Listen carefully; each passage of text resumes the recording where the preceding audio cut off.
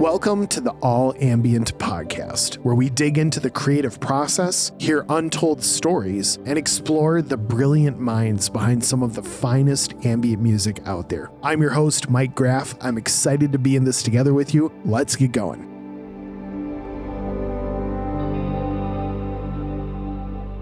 Here we go, everybody. Another edition of the All Ambient Roundtable. This one was a fun one. They're all fun, but this was especially fun.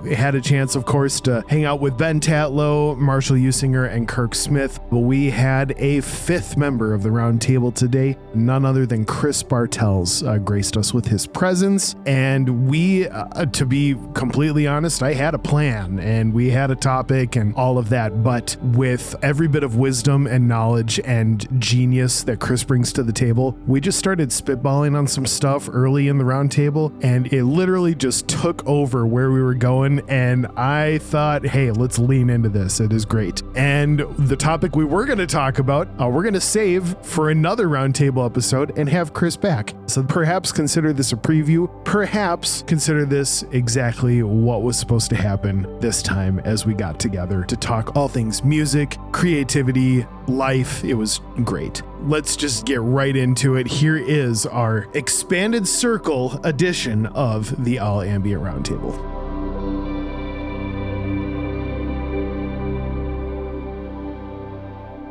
Folks, thanks so much for showing up for another edition of the All Ambient Roundtable. We are joined this week, certainly by a few faces and voices that you will recognize, Marshall Usinger and Ben Tatlow and Kirk Smith. But in fact, there is a fifth member of the round table. Today, we have none other than Chris Bartels joining the All Ambient Roundtable. Welcome, Chris. Thanks for having me. Glad you're here, man. Glad everybody's here. How you guys doing? Doing well. Glad to be doing here. Great, man. Good. Here we are. Man, Chris, we've really had some cool roundtables and all that, but instantly just you showing up, all of a sudden the cool factor just gets ratcheted up by I don't know, 300%, 400%. Like I just, I'm equal parts excited and maybe even just a little nervous. I don't know, like pressure to perform. I mean, just, man. Oh, here we go.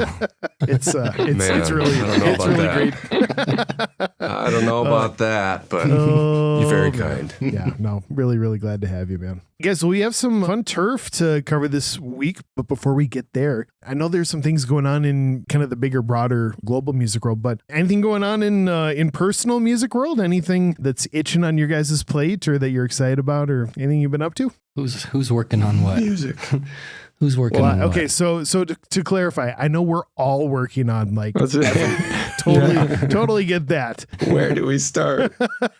Oh, okay. Well, let me get started. I've got a couple gear acquisition pieces that I'm kind of stoked about. Come I'm on, let's go, dude. Picking up a Juno 6 on Sunday. Pretty stoked about that. There we go. Going to be great. And then a buddy of mine, there's a new custom guitar that he had his eyes on, and he really wanted to get it, but he couldn't justify keeping that and this other guitar that he was, wrestling with, needing to part with because of the finances. And in fact, happened to be the very guitar that I was kind of looking at, kind of upgrading in my own rig. I have a Gretsch that I enjoy that I've had for years, but I've been looking to get my hands on like just a killer Gretsch Falcon, like a player's edition, and then crush it. And so my buddy Matt, Chris, Matt Torado, I just picked up his Gretsch Falcon from him, and I am stoked to have. Oh, you did? It's Michael. a thing.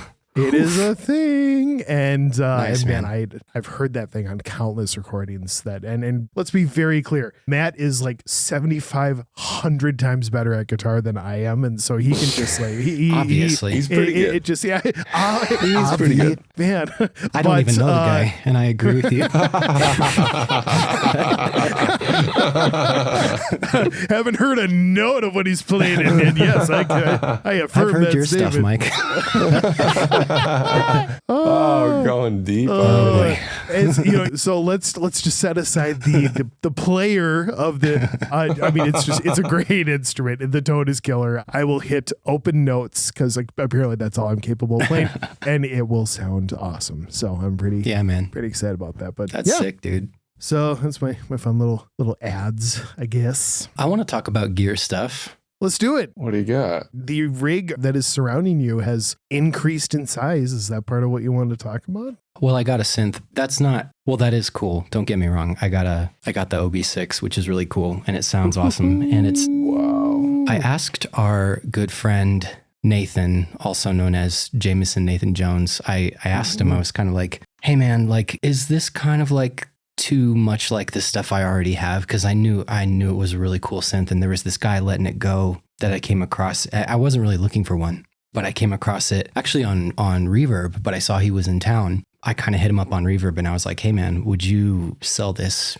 cheaper if you don't have to ship it and avoid all the Reverb fees and everything? And Nathan was like, dude, first off, yeah, what he's selling it for is a great deal. And it's just like an all around kind of like analog powerhouse. Whereas like something like I have like the Prophet 12 is much more like, sound design, like can do a lot of like digital menu diving. You can do a lot of really cool stuff like that. Whereas this synth is really just like sounds amazing right out of turning it on and just dialing stuff in. So it's very cool just if you want to like do a bass sound or do a pad or a lead or whatever. It just sounds incredible. So really like it.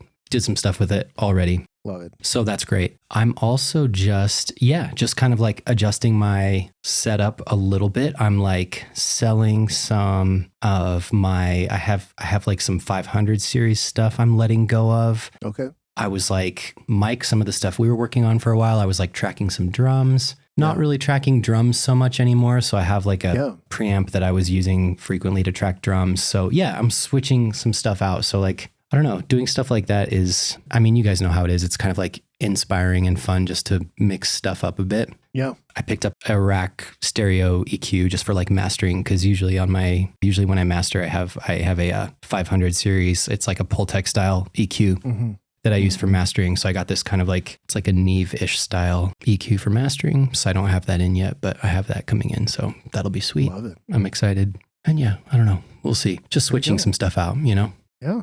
Trying to minimize, trying to not get too much stuff, trying to simplify, get rid of a couple things, and maybe get like one or two other things in. Yeah. Yeah. You say you're trying to simplify, but I know for a fact if I were to look back at screenshots on your synth rigs around you as we've gone from episode to episode, it is, man, they're multiplying like rabbits. It's Those crazy, are, but tools of the trade though. Love it. Yeah. Yeah. How about the rest of you guys? Are we all in gear mode or what else is going on?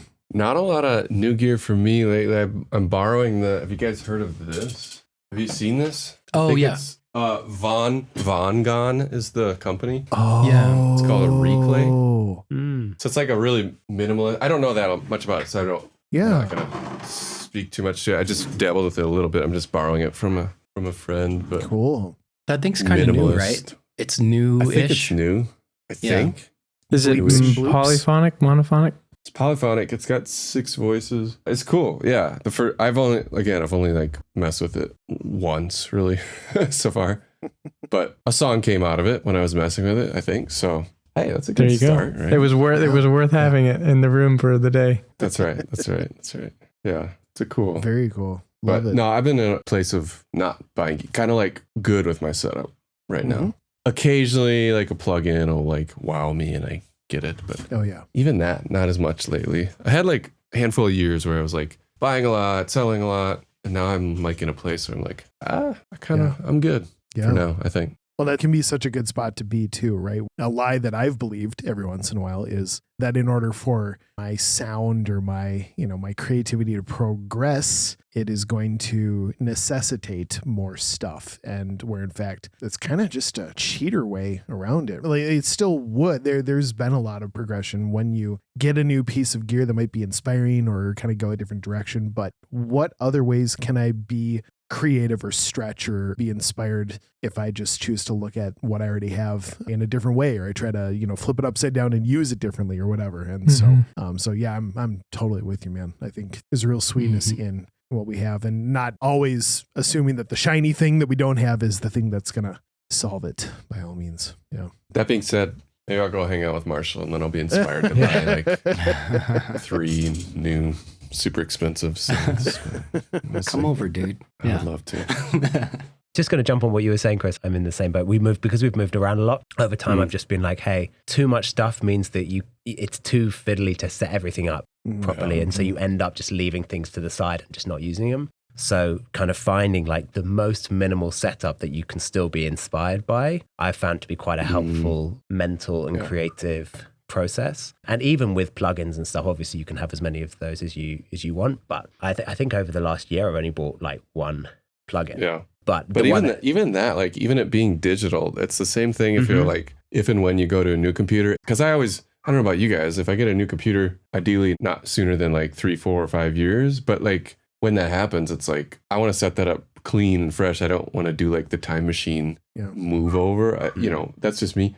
And then, so it's like individually installing everything. Right. Which it feels nice because it's clean, but it just takes forever. So it's the same thing. Sort of. Just the digital version of that. Yeah. Have you guys come across the Synplant 2 plugin? Like it's kind of like a synth, but kind of not. This is the one plugin that I've brought over the last year, and I've used it a ton, and it's super fun. It's unlike any other kind of synth that I've ever used. Basically, at least the way I use it is, and I think this is the way it's like just intended to be used, is you drop in like a sample. So it could be like a guitar tone, or it could be like a synth pad, or you just randomly sample someone throwing something, and it will then spit out a synthesized version and a kind of playable version of that sound, and it grows all these different kind of threads almost, and so it essentially analyzes that sound and then creates a playable version of it. And it's amazing because it comes up with all this sound which you would never have been able to kind of create unless you're some kind of like master synth programmer, which I'm like certainly not. Like Kirk. It sounds like what Kirk, but like doing it for you. You should have seen his eyes when he said just deer in headlights. Oh, because I need someone to do that for me. Like take what Kirk does and like do that. That's hilarious. That's mostly just stretching and reversing things, honestly. It's mostly just random. Yeah, but I love that. Yeah. So is there like a granular sampler? Or is it AI or something? I think it's somewhere in between those two. So when you've put the thing in, it analyzes it and it spits out like multiple variants that you can then choose which one you want to select. When you selected that, you can then go into each of the parameters like you would in kind of any synth and kind of adjust those. But yeah, I think it's granular. Yeah, like it generates, instead of like sampling it and then spreading it out, it literally generates a preset. Yeah. With voices and parameters and all that kind of stuff. That's crazy. It's Synth crazy. Plant. Syn SYN plant. And it's Synplant 2. Plant.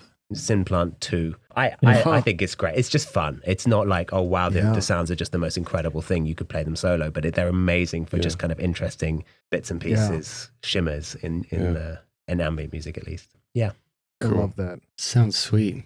Yeah, I felt like when I moved computers, it was like whatever didn't work. That, by the way, that's a huge. It was an accomplishment. I did the migration because I'm lazy and don't know where all my passwords and all my social security numbers are. Well, it's probably the much easier way to do it. Yeah. But it's like, the thing was like, if this is going to be, I did still run into issues, and it was like, I don't use that. I'm not going to spend the time. So it was almost like kind of like a little purge to where it's like, sure, these are most of my desert island things. And so I'll just kind of roll with that and not try to go in too deep on making all these other things work, because I don't really use them. And if I did, when I go into those things, it's usually just a distraction because I don't know what to do next. And so I just fiddle around there. But it's like, if that's not there, then maybe I'll dial in and accomplish something. Yeah, that's good, man. There's so much stuff that I want, but I'm like, I don't know if I need any of that stuff ever, or at least right now. And if I got those things now, then it would probably distract me from things that I'm trying to finish, in the next 3 to 6 months. But I've never actually had a drum kit in my own studio. And that makes me really sad. Yeah. So that's kind of like always been a thing where it's like, I just want to have even if it's just like a little kick, snare, hat, floor, ride, no crash, no, just one tom, it's like, that would be really fun. It would be not very applicable to most ambient music, but for other things, it'd be a blast. That's what happened with me was like, I had a buddy I was playing drums with for a while, and he had his drum kit here. And like when I was doing like a lot more, you guys know like the licensing stuff, when I was doing a lot more of that than I am now, it was really cool. Because if I had to do just like a little beat behind a track, you just had a little setup, and it was really fun. But it could also take you start having fun with it, and then it just takes up all your time because you're having so much fun with it. So it could be, it can be a distraction too, but a good distraction sometimes, Sure. Yeah. Hey. Yeah. They call that productive procrastination or something like that, where it's like, we're doing something great, like, and it's filling and it's great, but when it comes at the cost of that one thing that we really should actually be trying to wrap up, it's the both and. What a balance it is too, right? Because like sometimes you need that little break. Like breaks aren't bad, or doing other things aren't bad. No, but sometimes I can convince myself that those other things are necessary when it's like, dude, like you're just telling yourself that so that you don't do the thing that's kind of scaring you and wrap up this project or just get in under the hood and do it. And so it's a both and. Dude, I need to piv back though, because I had to look up, I need to piv back to Kirk's magic that I just talked about. Piv like 3 more times. Piv. I need to piv. I got to piv back to Kirk's magical skills, because I had to look up this track just now. It was on Kirk's first slow echo EP he did with us called Fathoms, and it was the first single. Mm-hmm. I think it was, I just went and looked at the tracks, Kirk. I think it was Below the Surface was the single. Okay. And I remember when it was either when I heard the track when it got mastered or sometime around there, I hit Kirk up and I was like, dude, what are you doing on this track? Like the intro, he's just like, yeah, man, that's just a sound that I made. I was like, of course, whatever, dude. Just get out of here. And I wish I even knew what sound it was. I'll have to go back and find out.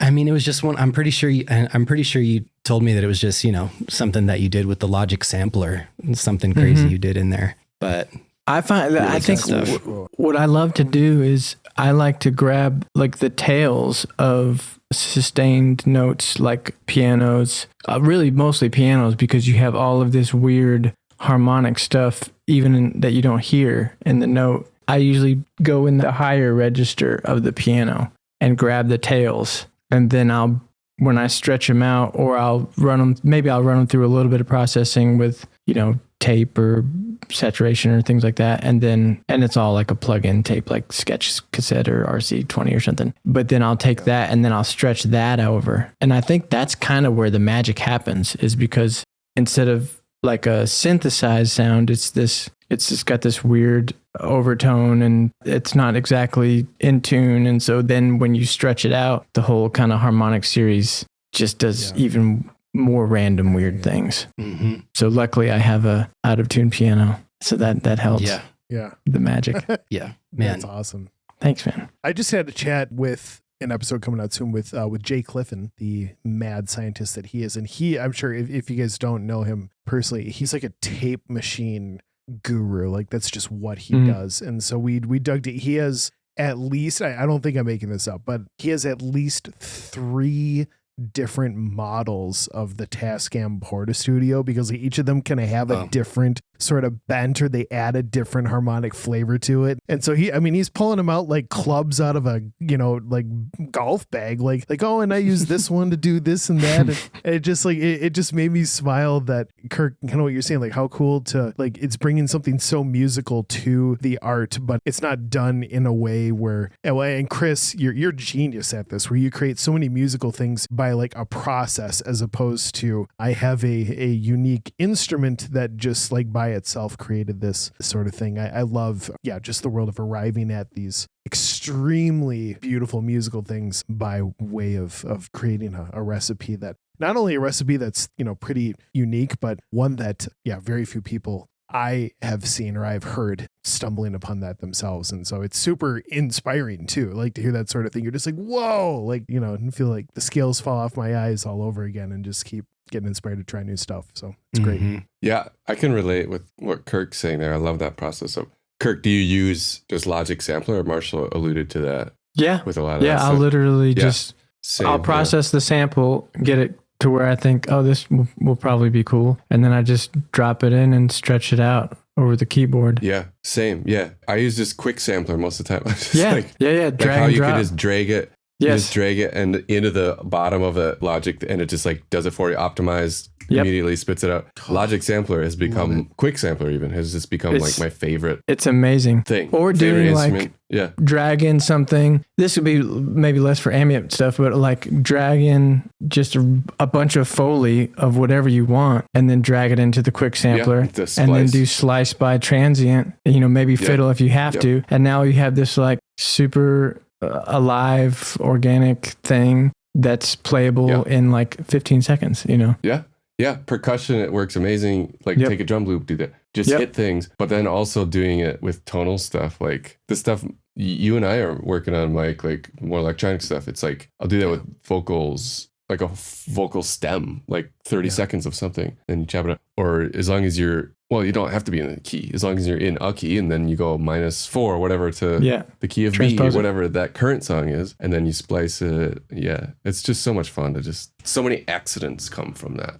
And that's the best part of it for me. And I think that's the thing where it's like, I do like plugins and I like presets, or even I like programming synths and stuff, but I feel like I get lost in what I'm trying to accomplish, or just programming a synth, where I feel like it's way more rewarding to play in some random sounds, whether they're musical or not musical, and then bring them into a sampler and tweak it from there, than kind of using like the voice engine of this plugin or whatever. It's like, because it's so imperfect, but it's also, it fits with the vibe of whatever you're working on, usually because you're in that space. Yeah, the imperfection of it is what I love the most.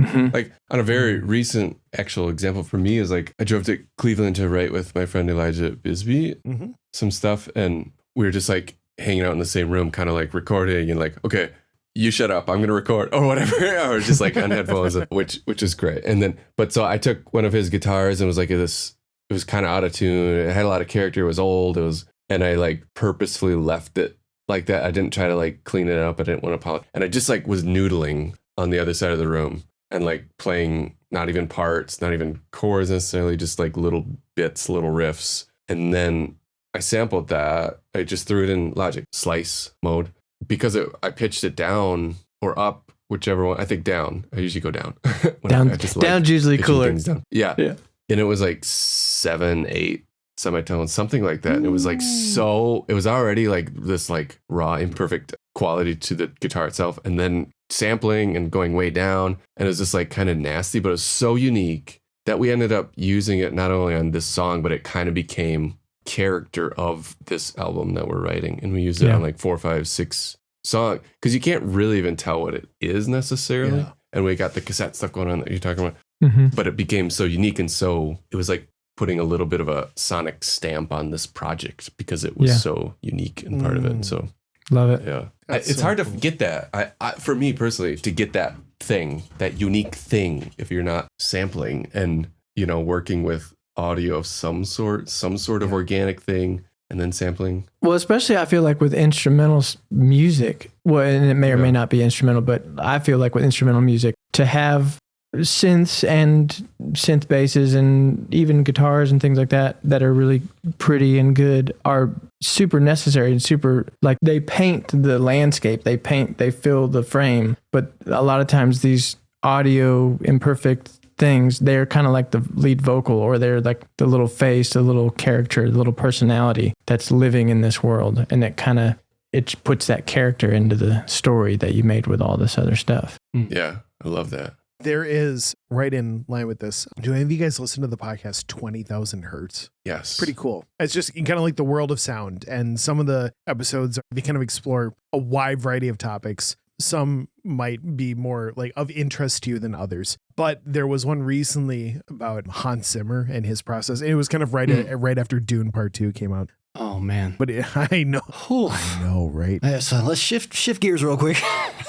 Crusher. Sorry, no. But in the same camp, though, like it talked about, like, he's got a whole, like, he runs essentially a company that blurs all the line. Like, the thing that fascinated me most about the whole episode and kind of digging into his process is that, like, he really, really, really, in the world of film composing and writing to picture, blurs the line between composer and sound designer so much. And he's got a whole team of people who literally create, just like what we're talking about right here, will create, you know, maybe a little bit more complex than, you know, a quick sampler, but they will just create virtual instrument after virtual instrument after virtual instrument for him out of all these different kind of colors, and not just instrument ideas, but just all the little pieces of inspiration that he has. And then he kind of builds from there. And if he builds from like a unique female voice or whatever, then they will come back in and use like the actual person. But he kind of creates all these virtual instruments, and he does it for multiple reasons. I mean, you can, of course, we all know that you can compose pretty fast, or you can produce pretty fast when you've got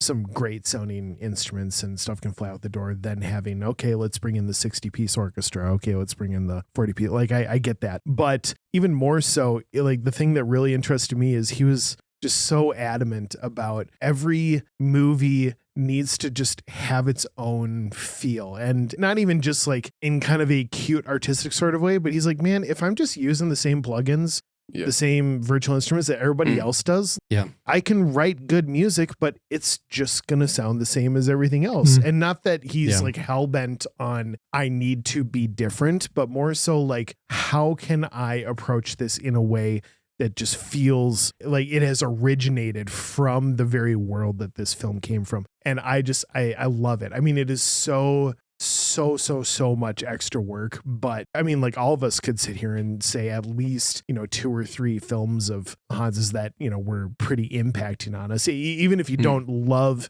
his massive body of work, like he's clearly an influential composer and he's done some crazy cool stuff. And so I love, it was kind of like a A-lister reminder that like it's worth the effort to go that extra mile and to do that thing that takes the more time. But like you said, Craig, can really like become a new character in a release, can become a whole new vibe for what, and not only a vibe for that project, but then also like what sparks of inspiration are going to come from that and where's that going to lead. And so, yeah, I love it. Yeah. Go listen to that. I promise you, it's worth your time for sure. That's cool, man. I haven't heard of that podcast. I'm going to check it out. It made me think of this. When I say new, I don't know how new, but I just saw on Netflix the other day, there is a short documentary about Hans that just... Oh, yeah. I think it's new to Netflix. I think it came out like a year perhaps? ago or so. Okay. Or yeah, within the last couple of years. But it's like just under an hour Yeah. about Hans. And I just watched it the other day and I thought, yeah, just really inspiring, man. Really inspiring to see a bit about his story and like how, you know, he wasn't necessarily maybe as trained as you might think he was on music, just like growing up, and a lot of the simplicity behind a lot of his scores. And there's a lot of that, like, what's the word? Like maybe simplistic and like structured, like, right, like 4-chord progressions, just how really like bare bones a lot of it is, but how effective it is and how powerful it is. And like, yeah, it was really cool to watch. Oh, that's awesome. Dude, yeah. I mean, you guys know, like the Dune 2, like the score is just, yeah. I mean, people are like that theme. Yeah. The love theme of the main characters is like, I mean, it's incredible. Yeah. It's amazing. Apparently he's going on tour. My friend said he's going on tour to play. Do you guys know about this? No. Yeah, he's playing arenas, man. He's like bringing playing a full arenas. He's playing Target Center band here in Minneapolis in September or something like that. I may have looked for tickets and may have been much more than I was perhaps expecting. Yeah. Well, I'm just, yeah. I'm not saying no to it. I'm just saying, Wow. No doubt. Yeah. Yeah. But that kind of surprised me. Like, oh, wow. That'd be interesting. Man.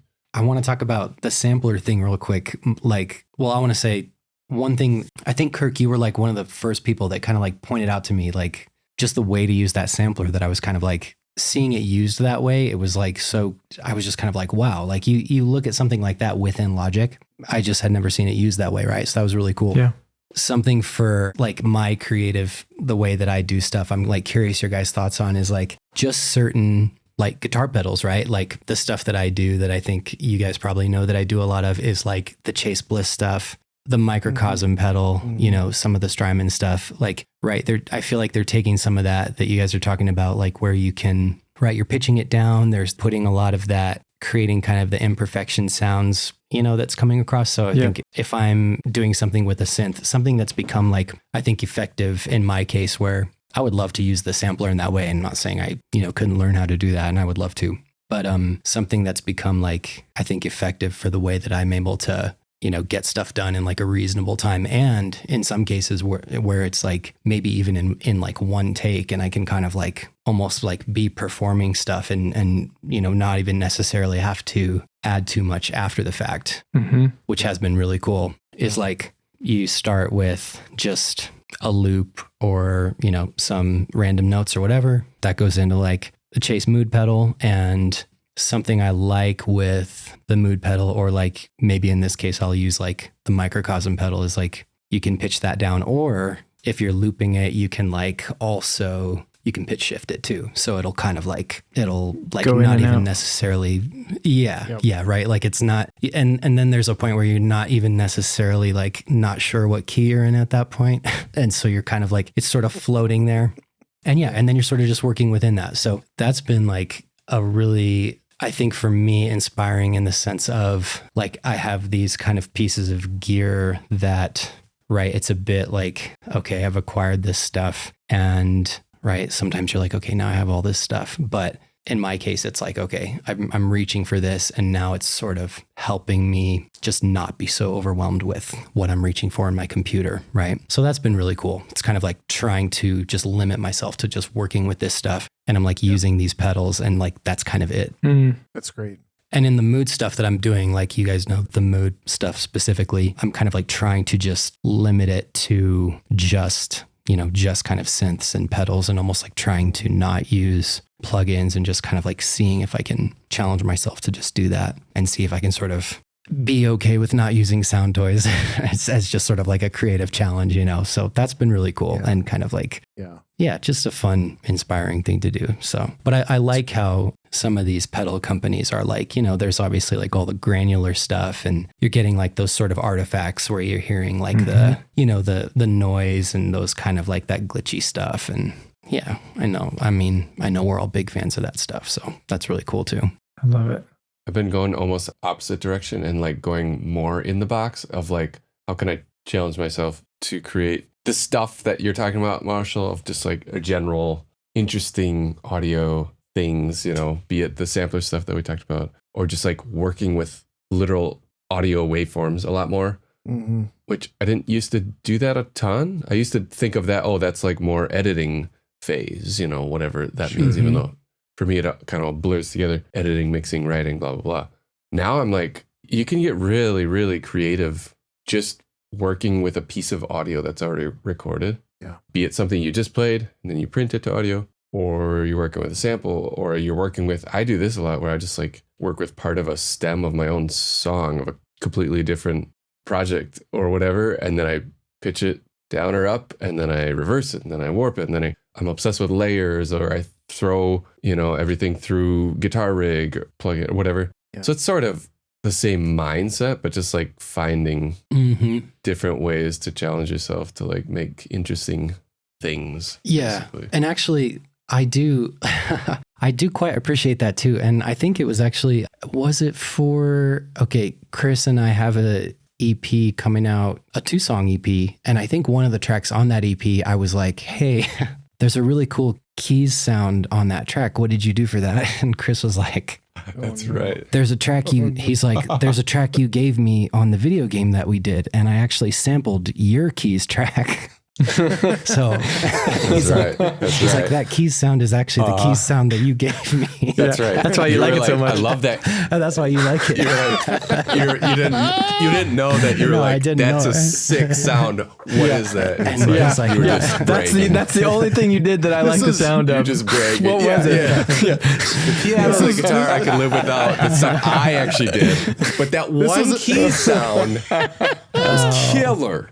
No, but the whole thing was a narcissism sting. That's all it was. We just wanted to just smoke them out and be like, but it did accidental. It did sound. No, but he just knew you stole it, and he was like, he was trying to make you confess to it, but he knew it the whole time. He's going to see if you're going to come clean. You just feel that Colorado in his bones. But that's a great example. I literally just like sampled 2021 Marshall or whatever, and you didn't know, you know. I didn't. No, I had no, but I really loved that. I was like that. It was like a Rhodes. It sounded like a Rhodes. I was like, dude, that sounds really good. And I was like, oh, cool. Well, and then I asked you, and then when you were like, "It's you," and then I was like, "You're like what asking is you it? like, what is it?" Because I would like to know. Because I said one from you. I'd like to know what that is. I think you said it was a felt instrument. It was felt, yeah, thing. felt CNMO. I think it was, which I use all the time. You said that. Yeah. So there you go. Yeah, dude. Back and forth. It's like tennis. There we go. But ambient music.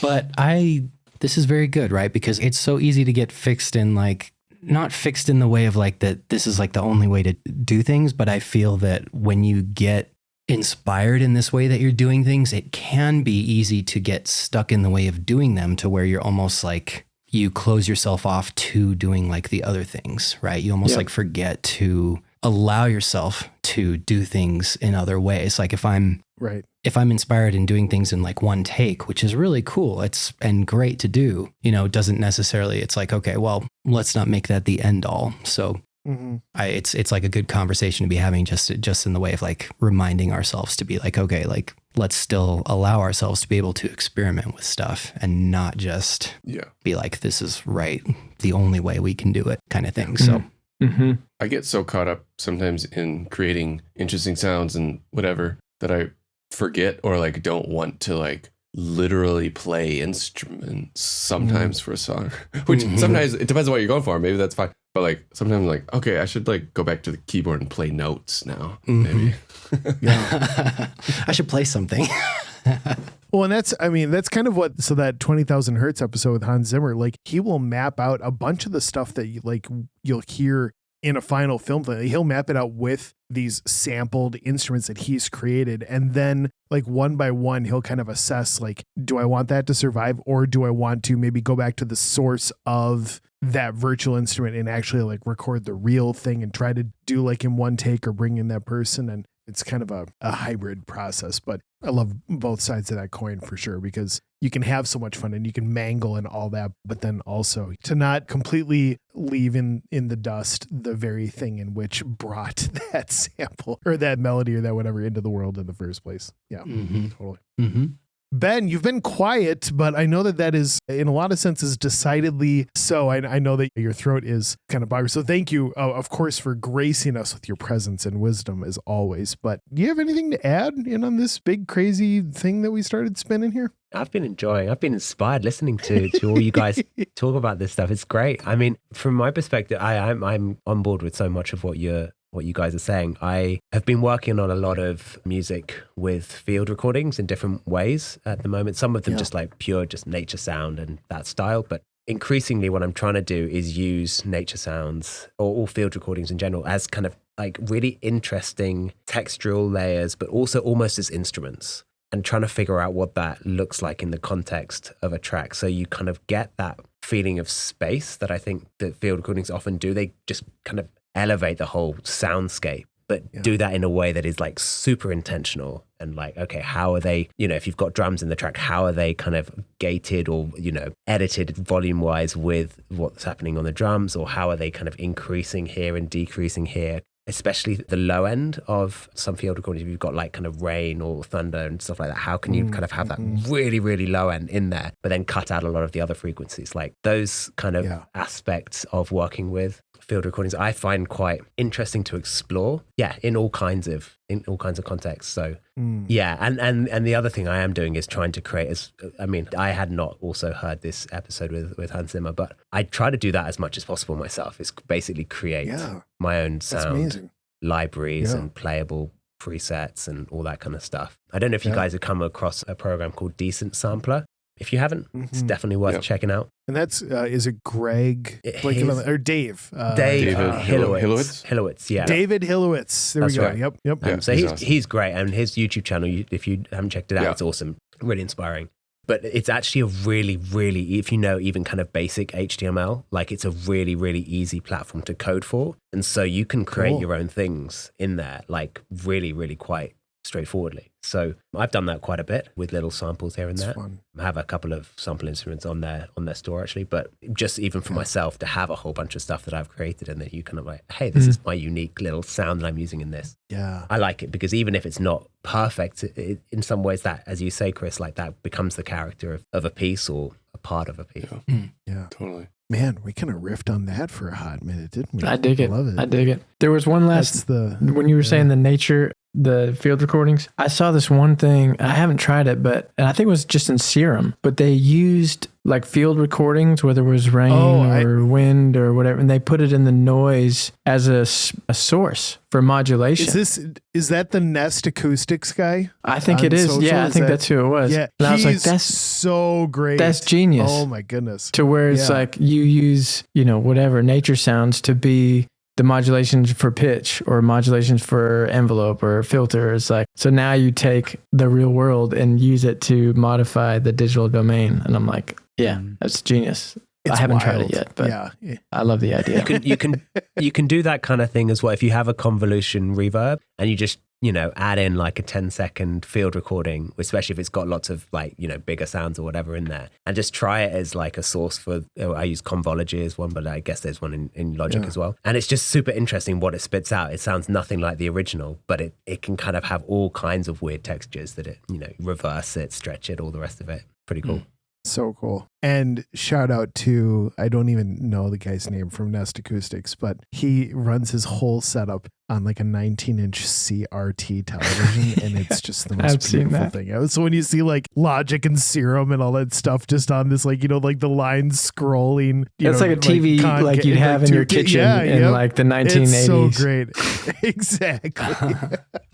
So good. Well, hey, let's play a couple games, shall we? Chris, these are going to be new to you, so good luck. Try to keep up. It's going to be fun. But first game that we're going to play, for anyone who has listened to a Roundtable before, you know what's coming. We are going to play a round of What Song? So this is, of course, done by just booting up your favorite music player, and whatever song happens to be queued for the moment you press play is the song that's gonna show up on your speakers. We want to hear the report on what song in fact is waiting for you, and sometimes it's great and sometimes it's super embarrassing, but all things considered, I think we've had more just like, wow, that's a cool thing. Yeah, there haven't been anything that have like completely rattled the cage yet, but yeah.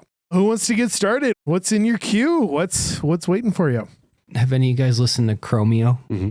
Yeah. Okay, cool. Yeah. Chromeo's got a new album called Adult Contemporary. It's really cool. It's really cool. Hot on the AC chart. Hot AC. That's amazing.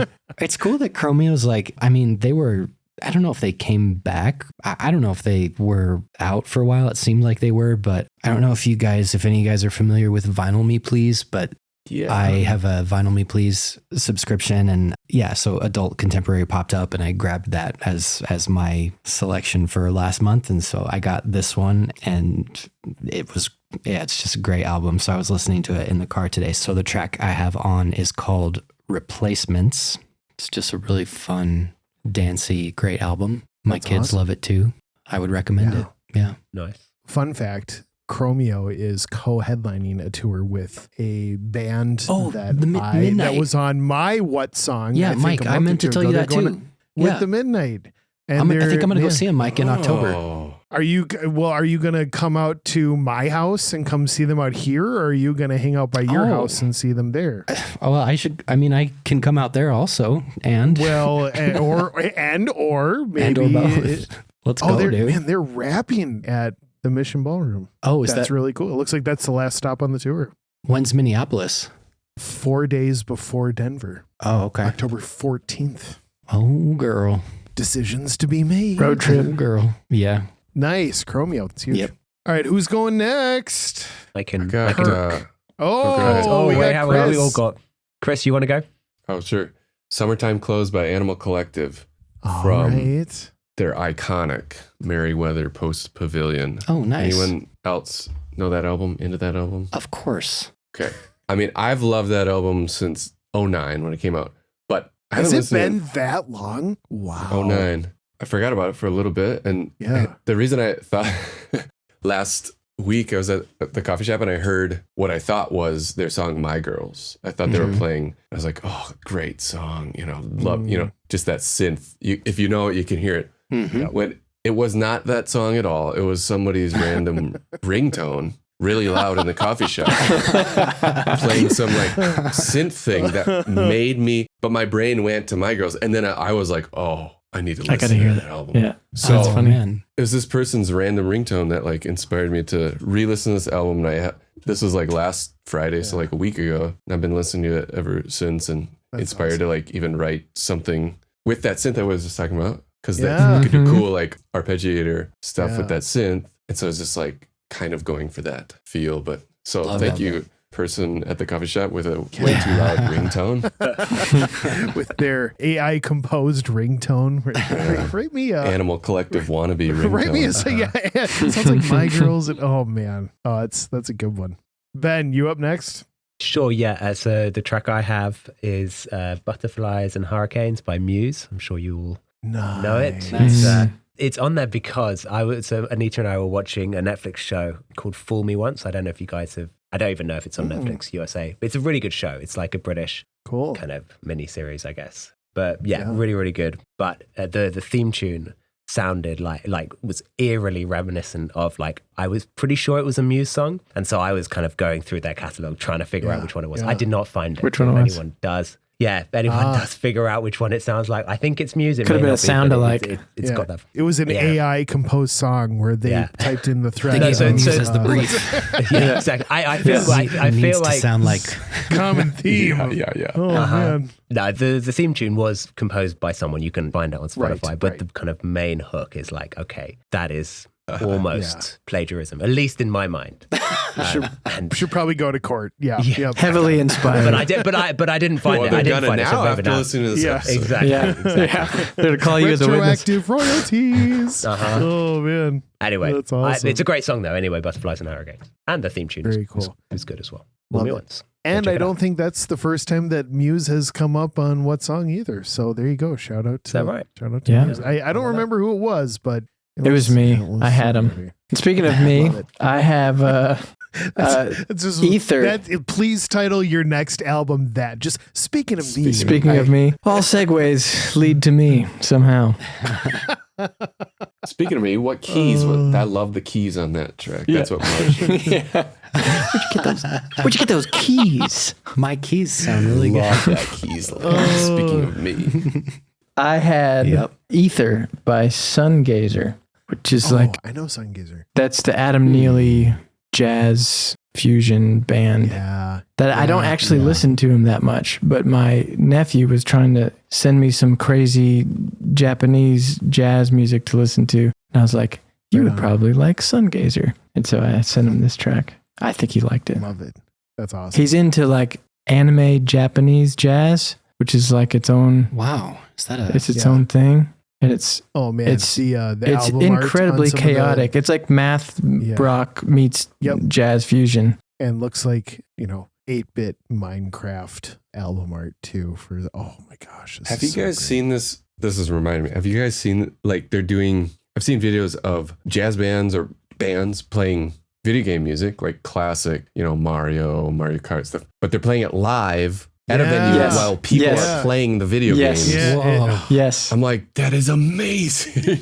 I missed my life calling. I want to go to one of those. And do you want to play in the band or play the Mario Kart? Probably video games. Yeah. I don't think I'm good enough to play in the band, but I would want to play in the band, but like I figure it out on the keys like by ear while people are playing the video game, so I'm kind of like fumbling through it while they play. There you go. Well, I mean, slowly. Us us five could be. There could be band A that are playing the songs, and us five are band B. We're doing the textural transition. Oh, okay. Well, what I would say, what we do is we get like a sampler of all of the, a sampler of all like the shell sounds and the rainbow sounds, and every time they throw like a mud puddle, we do the Foley. Just Foley trigger. There we go. That's right. Or when someone gets when Mario gets like the star, we like turn on our arpeggiators and like go nuts. I mean, these are all things that the world obviously needs. These things that we're talking about. So please, so yes, continue depriving the world. Yeah. Whenever who's in charge, here's this. Hide your light under a bushel. Yeah. Hire us, internet. Oh man, that's awesome. Mine is not, it's certainly a great song. It's not nearly as exciting as what else has been going on here, but our buddy Ben, who makes music as Async Ross, has just some very cool stuff. He's actually, we're working on a little thing. And I have a track that he did with From Somewhere Quiet called, it's a reworking of Unfolding. And so that was nice. What was cued. Oh, Brian. Shout out Brian. Just a vibe. Yeah, absolutely. Yeah. Total vibes. And yeah, I'm into Brian's stuff. And Ben is, I don't, maybe I just kind of missed the boat on him. But when he kind of came into the circle of things, I immediately was like, oh yeah, this is a vibe. So Ben enjoyed a bit of his stuff. It's cool. Well done. No massive embarrassments there. We have lived to walk another day. So that's amazing. Let's play our other game, a round of yesteryear. So for those who are uneducated in the game of yesteryear, it goes a little something like this. And Ben Tatlow is going to walk us through our yesteryear round today. So yesteryear, this particular date of recording this podcast happens to be near the end of April. So Ben took this week in April and went to the Billboard Top 40 to take a look at the list of what songs happen to be popular in this week in the top 40. But he did not get to pick just any particular year. We randomly generate a year of all the years the Billboard has been tracking. So, Ben, what year did we wind up with in our yesteryear game this episode? I asked my AI assistant to pluck a random year out of the air. My AI assistant said 1966, but this is not a random year. This is just one I've generated for you. So I was like, okay, we'll take it anyway. That's awesome. It is not truly random, but it is 1966. That's awesome. There was a band around that time doing things. This is true. That band is not in this list. I love it. So from this week, end of April 1966, Ben is going to select 3-ish songs that if we were to basically turn it into like a game of Desert Island, like if we were to only save one of these songs for the rest of eternity and the rest were to wither away into nothingness, which song would we pick out of those and why? So Ben got to cruise through the list of the top 40 of this week in 1966. And Ben, would you please tell us what songs we get to one by one stand up for and see what survives? Sure thing. Well, I'll do my best.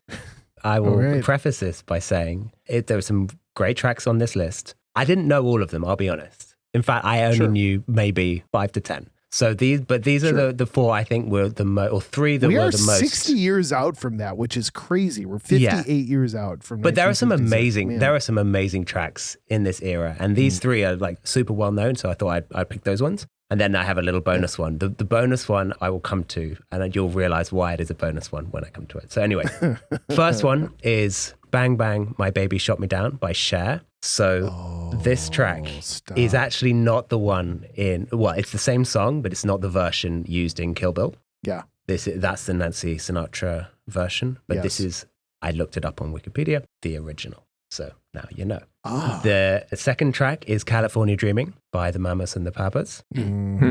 Classic. Third track, which you will be singing for us in a moment, correct? I think Kirk is often the one who gives the renditions of these tracks. Like I was in LA, like I was in LA. Hey, man. Thank you, Kirk. What a perfect delegating. That was awesome. And third track is These Boots Are Made for Walking, Nancy Sinatra. And interestingly, Nancy Sinatra, she covered both the first 2 tracks in this list. So there we go. She's kind of fully represented. So those are the 3. And then bonus track, which actually just dropped out the top 40, but was included in the list I was looking at because it was like, hey, this just dropped out, but it's a classic, is Satisfaction by Otis Redding. Which is a classic. Yeah. Wow. So there we go. I'll throw those out to you guys.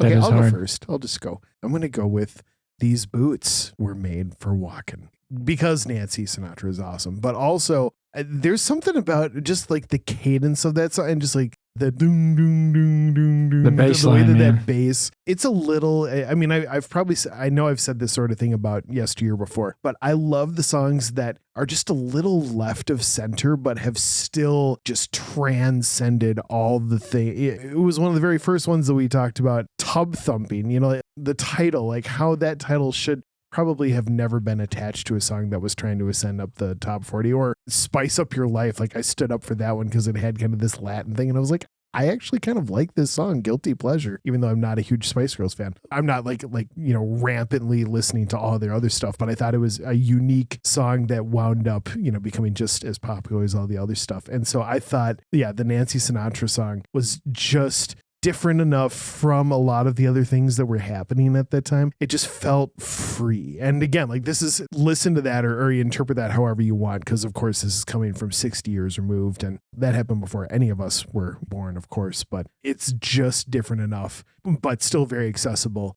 and such a memorable thing that I love that song 100%. There's your pick. Great. Well, I was just going to say, just being Memphian, I have to go with Otis. Just by sheer proximity. He's a Memphis man. I didn't realize I forgot he died. He was only 26 when he passed. He died in 68. Was he? Wow. He died in 68. Yeah. Plane crash. Crazy. Yeah. It was kind of the beginning of the end for that era of Stax Records. It's very sad. Wow. Little known fact, just a little fun Otis fact. His song, Try a Little Tenderness, you know, that was like his massive big hit. That song was actually a cover song from a song from like 1932 or 1934, like in the 1930s, that song was written. And they kind of went back and they're like, we love this song. And they kind of wrote that intro with the horns and then the rest was history. Nice. Oh, yeah. I was going to say, yeah, I have no strong opinions on any of those tracks. And therefore, being an Otis fan, I would also pick the Otis track. Yeah, I think for me, like when I went through the list and then I saw that in the kind of extra little bit at the bottom, I was like, okay, well, musically, I think that's the one I go for. But if I'm going to choose one, I'm going to choose California Dreamin'. And the reason it's a kind of odd reason, but I'm not like massively into Hong Kong cinema or anything like that. I've only seen like a handful of films, but there's a famous film called Chungking Express, which has California Dreaming in kind of very prominently as a theme throughout. And yeah, I knew the song before I saw the film, but it kind of brought it to my psyche in a much more prominent way, kind of having seen it. So yeah, kind of stuck with me. And so I think I'll go with that one. Yeah. That's awesome. Nice. And just to clarify, speaking of prominent use in cinema, Ben, if you would have been referencing the Nancy Sinatra version of Bang Bang, I would have. There would have been no other song even close to picking that one. That moment in Kill Bill is just, there is something about the way that Quentin Tarantino slots his found music into these films that you're just like, hits every time. And that one could not, that's probably one of his most perfect placements, Nancy Sinatra's version of that song for sure. Yeah. Agreed. Chris, I think we need to hear from you. Yes. No, I went with Otis as well. You guys all just went so rapid fire that I just Otis Ninja. Like, Otis. Maybe that's just stop talking. 26 years old though. 28 years old. It was 26, I think. It was 68 when it happened. 68. He was 26. Yeah, 1968. Gosh. And yet it still looks like he had around 10 albums before. Wow. Before he died. Dude, they went to work, man. They went in there. They went to work. They just went to work, man. Like. Amazing. Kirk, I feel like we would all be better humans if we let you just like take us through the history of Memphis music and like its impact on the modern world as we know it today. Because honestly, like at some point that something like that might be really fun. I did a lot of Memphis music. There's a lot that I would probably miss out and not do right, but specifically Stax. I worked at the camp a little bit. I did like research papers on Stax Records, and I kind of nerded out. I've met a lot of the people that were part of it that are still living. So yeah, I love it. Iconic. It's pretty amazing just what they accomplished and how it kind of all came together very organically. It kind of was kind of a happy accident that turned into a little community, and they just kind of took over the world. That's so cool.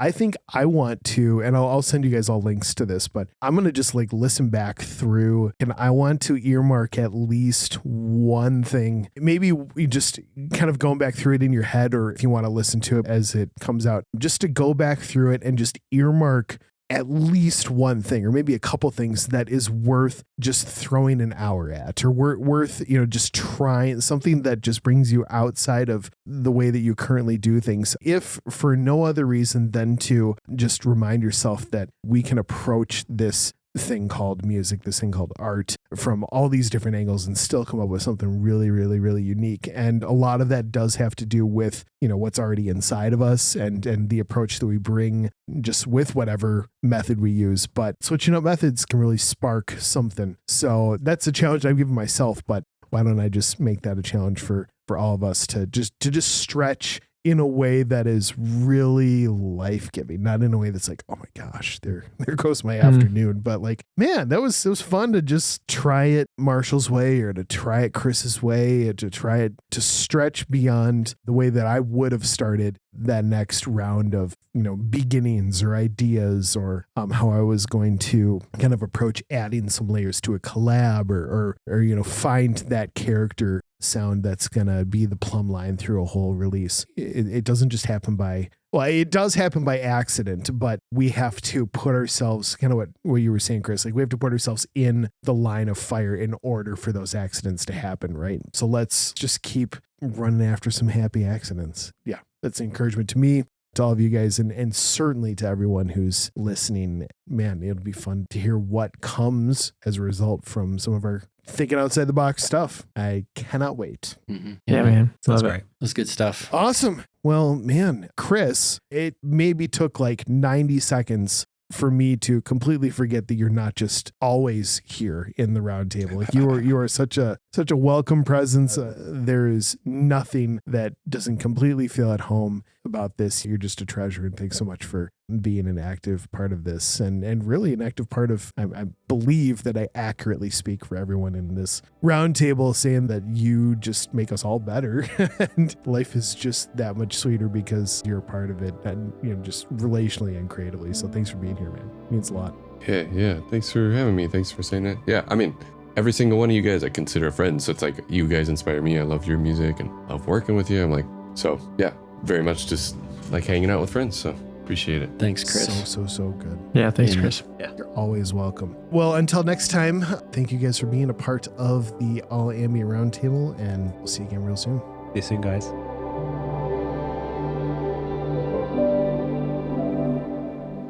Thank you again for listening to the All Ambient podcast. Make sure that you subscribe to the podcast so you can catch every conversation we have with all these incredible people who share the same passion. I'm looking forward to the next time. I hope that you are too. Can't wait to see you then. And until then, have an incredible day. Here's hoping that this music and the heart behind it makes your day and life that much better. See you next time.